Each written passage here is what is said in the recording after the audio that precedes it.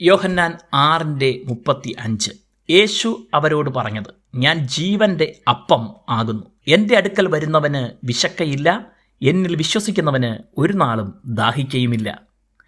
യോഹന്നാൻ യേശുക്രിസ്തുവിൻ്റെ അവകാശ പ്രഖ്യാപനങ്ങൾ രേഖപ്പെടുത്തിയിരിക്കുന്നത് പ്രത്യേകമായി പഠിക്കേണ്ട അതിപ്രാധാന്യമുള്ള വിഷയങ്ങളാണ്.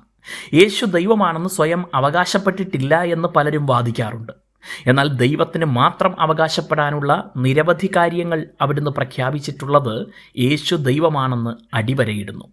ദൈവത്തോടുള്ള സമത്വം മുറുകെ പിടിക്കാതെ തന്നെത്താൻ ഒഴിച്ച് ദാസരൂപമെടുത്ത് വേഷത്തിൽ മനുഷ്യനായി വിളങ്ങിയ ക്രിസ്തുവിൻ്റെ സ്വഭാവത്തെ പൗലോസ് അപ്പോസ്തലൻ ഫിലിപ്പിയർ 2-ാം അധ്യായത്തിൽ വ്യക്തമാക്കിയിരിക്കുന്നു. ദൈവരൂപത്തിൽ ഇരിക്കെ എന്ന് അദ്ദേഹം അവിടെ രേഖപ്പെടുത്തുമ്പോൾ അത് യേശു ദൈവമാണ് എന്ന് തന്നെയാണ് വ്യക്തമാക്കുന്നത്. എന്നാൽ ദൈവത്വം അല്ല അവിടുന്ന് മാറ്റിവെച്ചത്, ദൈവത്തോടുള്ള സമത്വം ആണ്. ദൈവമായിരിക്കുമ്പോൾ തന്നെ അതിനോടുകൂടെ മനുഷ്യത്വം കൂടെ കൈക്കൊണ്ടു. ദൈവമായ യേശു മനുഷ്യനായി ഭൂമിയിൽ വന്നത് എന്തിനെന്ന് മനസ്സിലാക്കി തരാൻ ഉപയോഗിച്ച ഒരു അവകാശ പ്രഖ്യാപനമാണ് ഞാൻ ജീവൻ്റെ അപ്പം എന്ന്. മനുഷ്യൻ അപ്പം ഭക്ഷിക്കുന്നത് ജീവിക്കാൻ വേണ്ടിയാണ്. എന്നാൽ ഒരിക്കൽ കഴിക്കുന്ന ആഹാരം കൊണ്ട് മരിക്കാതെ അനേക വർഷങ്ങൾ ജീവിച്ചിരിക്കാനാവുകയില്ല. യേശു ജീവൻ്റെ അപ്പം എന്ന് പറയുന്നത് എന്നേക്കും ജീവിക്കാൻ യേശുവിനെ കൈക്കൊള്ളണം എന്ന അർത്ഥത്തിലാണ്.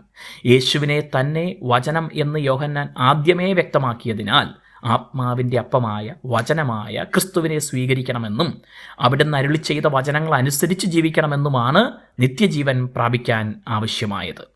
യേശുവിൽ വിശ്വസിക്കുന്നവന് ഒരു നാളും ദാഹിക്കയില്ല എന്നുകൂടെ പറയുമ്പോൾ അവിടുന്ന് ജീവജലമാണ് എന്നുകൂടെ പ്രസ്താവിക്കുകയാണ്. ശരീരത്തിന് ആഹാരപാനീയങ്ങൾ എങ്ങനെയാണോ അതിനേക്കാൾ പ്രാധാന്യമുള്ളതാണ് ആത്മാവിൻ്റെ ആഹാരമായ ദൈവവചനവും ജീവജലവും. നിത്യമായി ജീവിക്കാൻ ഒരേയൊരു മാർഗം യേശുവിനെ കൈക്കൊള്ളുക എന്നത് മാത്രമാണ്. ദൈവം നിങ്ങളെ അനുഗ്രഹിക്കട്ടെ.